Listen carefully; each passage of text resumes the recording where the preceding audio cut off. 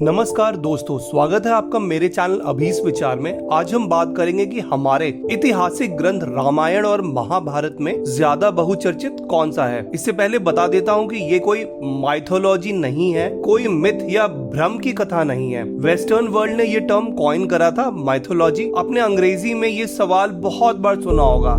As per mythology of Hindus, two popular epics Ramayana and Mahabharata. आप सब clear हो जाएं, दिन साल के साथ श्री राम, श्री कृष्ण, रामायण, महाभारत के सारे इवेंट्स का प्रमाण है। एक एक जगह जहाँ क्या क्या घटित हुआ था इसका उल्लेख है। रामायण और महाभारत हमारा यशस्वी इतिहास है। इतिहास मतलब इट हैपेंड। वहीं माइथोलॉजी का मतलब है भ्रम वाली कहानी। अब हम बात करते हैं कि दोनों में अधिक चर्चित कौन सा ग्रंथ है। दोस्तों, रामायण मनुष्य के बारे में है, महाभारत मानव जाति के बारे में है। रामायण प्रेम व त्याग के बारे में है, महाभारत न्याय के बारे में है। रामायण दिल को छू जाता है पर महाभारत दिमाग झकझोर देता है। दोनों महाकाव्यों के मूल में दो राजा हैं जो अपने परिवार, जीवन साथी और नागरिकों को खुश रखने के लिए हर संभव कोशिश करते हैं। दोनों व्यक्तियों को पक्ष चुनने में कठिनाई होती है और अतः अपने नागरिकों की सुरक्षा के लिए समझौता भी करना पड़ता है, जिससे उनका निजी जीवन दयनीय हो जाता है। श्री राम को अपनी मर्यादा बनाए रखने के लिए अपने प्रेम यानी सीता माता का त्याग करना पड़ा, तो श्री कृष्ण, जिनमें अपार शक्ति होते हुए भी उन्होंने जरासंध से अपनी प्रजा की रक्षा करने के लिए दूर द्वारका ले जाने का निर्णय को बेहतर समझा। रामायण का जोर व्यक्ति विशेष पर है। यह प्यार और अलगाव की कहानी है।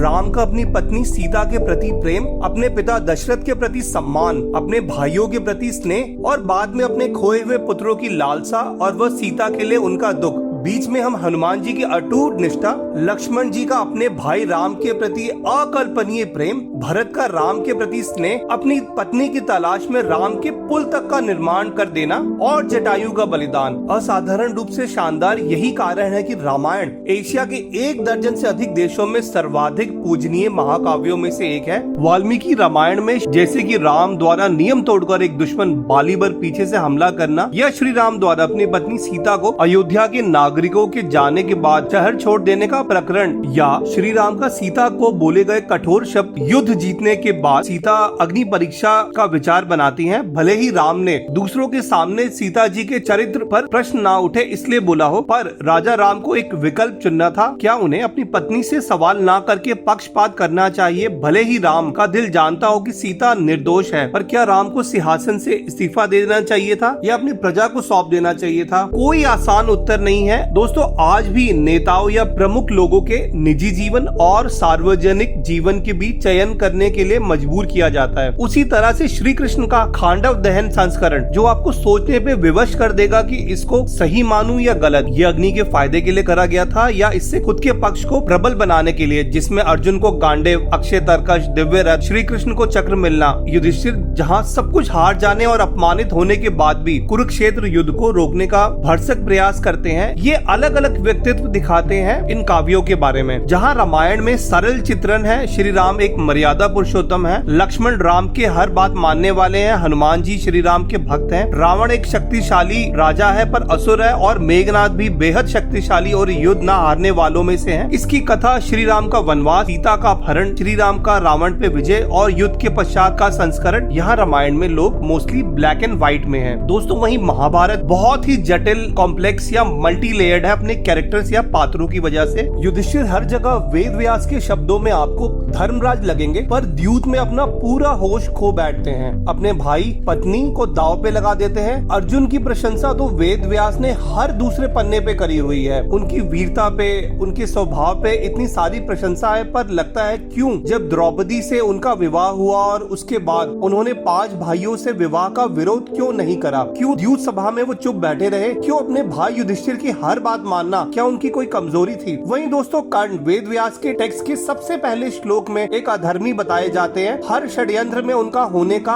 वेद व्यास के शब्दों में बार बार मेंशन है। अर्जुन के प्रति वो शुरू से ही प्रतिस्पर्धा में रहे हैं। द्रौपदी के दुर्व्यवहार का आइडिया देना और रोकने वाले जैसे विकर्ण को चुप करा देना, पांडवों के वनवास में दुर्योधन को आइडिया देना कि चलो पांडवों को अपना वैभव दिखाते हैं, जो घोष यात्रा पर्व में हुआ था। बार बार दुर्योधन को युद्ध के लिए इंस्टिगेट करना। यहाँ आपको वो एक खलनायक लगेंगे, पर जैसे ही वो कुंती को 4 पांडवों को ना मारने का वचन देते हैं, कृष्ण को बताते हैं कि वो दुर्योधन को नहीं छोड़ सकते और हस्तिनापुर का राजा नहीं बनना चाहते, और अपनी गलती मानते हुए ये भी मान लेते हैं कि वो युद्ध में वीर गति को प्राप्त होंगे। तब आपको लगता है कि ये क्या वही कर्ण है, ये सबसे बड़े खलनायक है या कोई ग्रे शेडेड व्यक्तित्व के इंसान है। वहीं दुर्योधन जो हर तरह के षड्यंत्र में नजर आते हैं, अपने भाइयों की मौत से ज्यादा शोक वो कर्ण की मृत्यु पे मनाते हैं। दुर्योधन आखिरी युद्ध में किसी भी पांडव को चुन सकते थे, पर उन्होंने अपने से अधिक शक्तिशाली भीम को चुनते हैं। अर्जुन इतने सारे पांडवों पे हुए प्रपंचों के बाद भी युद्ध करने को तैयार नहीं होते और श्री कृष्ण को एक और हिंदू धर्म के महान ग्रंथ गीता की उत्पत्ति करनी पड़ती है। महाभारत में कर्म का भी पूरा चक्र है और उससे कोई भी बच नहीं पाता। पहले सारे षड्यंत्र करने वाले कौरव युद्ध में मारे जाते हैं, फिर पांडव के पुत्र मारे जाते हैं। खांडव वन में दहन हुए तक्षक के परिवार के बदले में तक्षक अर्जुन के पौत्र परीक्षित को मार देता है। जन्मजय सारी नाग जाति को समाप्त कर रहे होते हैं। खुद श्री कृष्ण का पूरा परिवार आपस में लड़के समाप्त हो जाता है। अर्जुन, जिनको वेद व्यास टेक्स्ट में सबसे ज्यादा एडवांटेजेस के बारे में बताया गया है, भगवान कृष्ण और बलराम जी को छोड़कर निर्णायक और सबसे विभिन्न प्रकार की जीत मिली है। अगर हम विन लॉस रेशियो की बात करें किसी भी पात्रों के कंपेयर में, राजाओं से लेकर देवगढ़, कभी न हारने वाले निवत कवच पे उनकी विजय, कालके पे उनकी विजय, पूरी कौरव सेना को 4 बार विराट युद्ध में हराना, जो एक तरह से उनकी बेस्ट परफॉर्मेंस थी युद्ध की। पर आखिरी लुटेरों के साथ युद्ध में उनके सारे दिव्यास्त्र काम करना बंद कर देते हैं और उनको पराजय मिल जाती है। रामायण के अंदर, उत्तर रामायण में बहुत सारी बातें हैं जो श्री राम के व्यक्तित्व के अनुसार नहीं जा रही होती, जैसे शंभुक वध। मेरे पर्सनल